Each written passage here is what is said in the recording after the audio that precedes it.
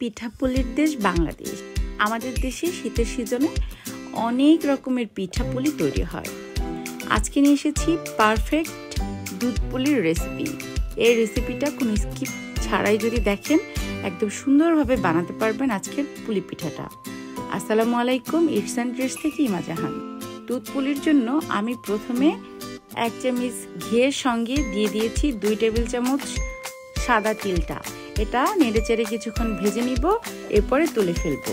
ওই একই পাত্রে দিয়ে নিচ্ছি নারকেল কোড়ানো 2 কাপের মতো, আর এখানে দিয়ে দিচ্ছি প্রায় 200 গ্রামের মতো খেজুরের পাটালি কুটটা।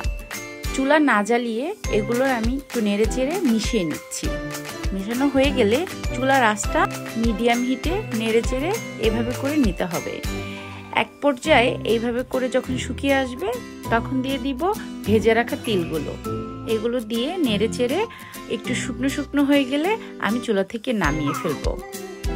অন্য কোনো পাত্র ছাড়াই এই পাত্রতেই আমি দিয়ে দিচ্ছি আগে থেকে জাল করে রাখা প্রায় 1.5 লিটারের মতো দুধ।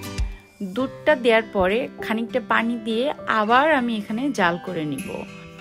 সঙ্গে দিয়ে দিচ্ছি 2টো তেজপাতা, 2টো দারচিনি এবং 4-5টা এলাচ। চুলার আঁচটা কম করে আমি এটা রেখে দিব। এবারে চলে যাচ্ছি ডো তৈরিতে। ডো তৈরি করতে আমি এখানে নিয়েছি 1 কাপ শুকনো চালের গুঁড়া এবং 3 টেবিল চামচ ময়দা, সামান্য লবণ দিয়ে নেড়েচেড়ে মিশিয়ে নিচ্ছি। এবারে আমি এখানে অ্যাড করব ফুটন্ত গরম পানি। এই ফুটন্ত গরম পানিটা দিয়ে আমি এখানে আস্তে আস্তে নেড়েচেড়ে একটা ডো তৈরি করে নিব। প্রথমে দেখতেই পাচ্ছেন চামচ দিয়ে আমি একটু নেড়েচেড়ে নিচ্ছি, কারণ এটা অনেক গরম, এজন্য প্রথমে হাত লাগানো যাবে না। আপনারা চাইলে এই ডোটা চুলোতে সুন্দরভাবে করে নিতে পারেন, কিন্তু আমার কাছে মনে হয় এইভাবে যদি আমি ডোটা তৈরি করি তাহলে আমার পিঠাটা আর ভাঙবে না। আপনারা এটা ট্রাই করে দেখতে পারেন। ডোটা তৈরি করে আমি প্রায় 30 মিনিটের মতো রেস্টে রেখেছিলাম। 30 মিনিট পরে আমি ডোটার কাছে এসেছি। দেখতেই পাচ্ছেন আমার ডোটা একেবারেও নরম না আর একেবারেও শক্ত না, মোটামুটি একটা স্মুথ টেক্সচারে এই ডোটা তৈরি করা হয়েছে। এবারে আমি ছোট ছোট করে বলের মতো নিয়ে নিব। আসলে পুলি পিঠা অনেকে একটু বড় পছন্দ করে, কেউ একেবারেই ছোট ছোট পছন্দ করে, আমি মাঝারি সাইজটাই পছন্দ করি। এইভাবে করে নিয়ে নেবেন, হাতে যেন ডোটা লেগে না যায়, সেক্ষেত্রে একটু পাশে ময়দা রেখেছি যেন ডোটা হাতে লেগে না যায়। এইভাবে করে গোল গোল করে নিয়ে একটা বাটির মতো শেপ তৈরি করে নিয়েছি ভিতরে। এবারে আমি আমার পুরটা দিয়ে দিব। আমার টেকনিকটি একটু খেয়াল করলে আপনারা খুব সুন্দরভাবেই এটা বানাতে পারবেন। এই পারফেক্ট রেসিপিটা অবশ্যই ফলো করবেন, কোনো স্কিপ করবেন না এবং টেনে টেনে দেখবেন না। যদি এটা স্টেপ বাই স্টেপ ফলো করেন আপনার পিঠাটা মাঝখান থেকে ভেঙে যাবে না। ঠিক এভাবে চেপে চেপে মুখটা আটকে দিতে হবে। আমি এইভাবে করে আরও 2টা দেখাই দিচ্ছি, আপনারা একটু চেষ্টা করবেন এইভাবে করেই করতে। তো এইভাবে করে আমি আমার সব পিঠেগুলো বানিয়ে নিচ্ছি। আমার এই রেসিপিটি আপনাদের কাছে কেমন লেগেছে বা লাগছে অবশ্যই কমেন্ট করে জানাবেন। আর যারা এখনও আমার চ্যানেলটিকে সাবস্ক্রাইব করেননি দয়া করে আমার চ্যানেলটিকে সাবস্ক্রাইব করে দিবেন, কারণ আপনাদের সাপোর্ট আমার খুব প্রয়োজন। তো এভাবে আমি আপনাদের সুবিধার্থে আরও 2টা পিঠা বানিয়ে দেখাচ্ছি।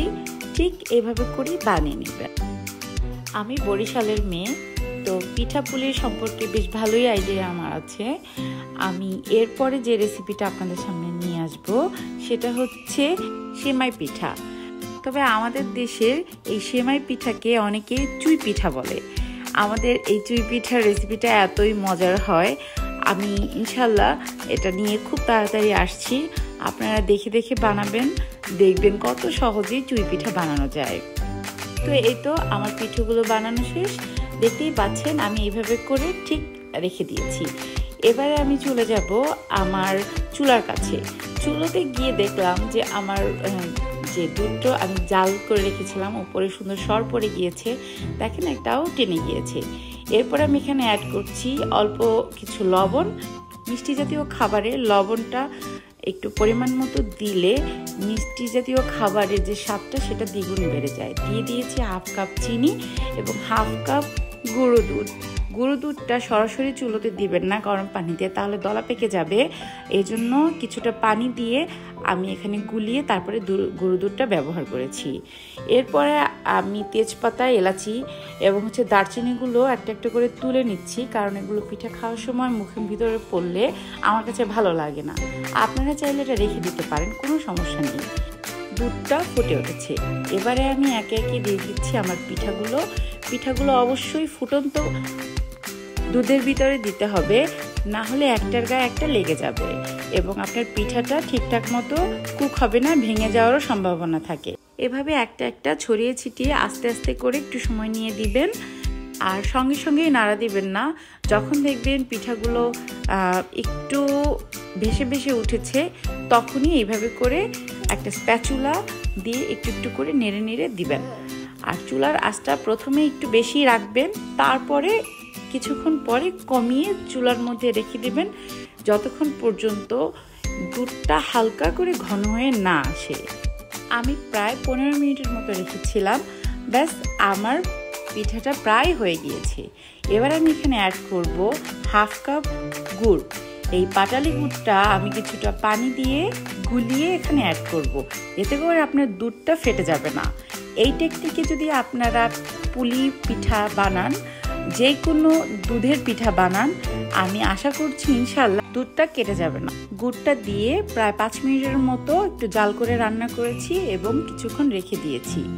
ব্যাস আমার পুলি পিঠা রেডি। এবারে আমি সার্ভ করব। দেখতেই পাচ্ছেন আমার পিঠাটা কতটা লোভনীয়। আমি আসলে মাঝখান থেকে কেটে দেখাতে পারি না, ওটা আমার মনে ছিল না। এই পুলি পিঠাটা এতই মজাদার ছিল, আপনারা একবার অবশ্যই বানাবেন এবং খেয়ে বলবেন কেমন হয়েছে। ভিডিওটি ভালো লাগলে অবশ্যই একটা লাইক, কমেন্ট এবং শেয়ার করে রাখবেন। যারা ফেসবুক থেকে দেখছেন অসংখ্য ধন্যবাদ। আমার চ্যানেলটিকে সাবস্ক্রাইব করার অনুরোধ থাকবে সবাইকে। আরেকটা কথা, প্লিজ কেউ খাবার অপচয় করবেন না। আজ এই পর্যন্তই। সবাই ভালো থাকবেন, সুস্থ থাকবেন। আল্লাহ হাফেজ।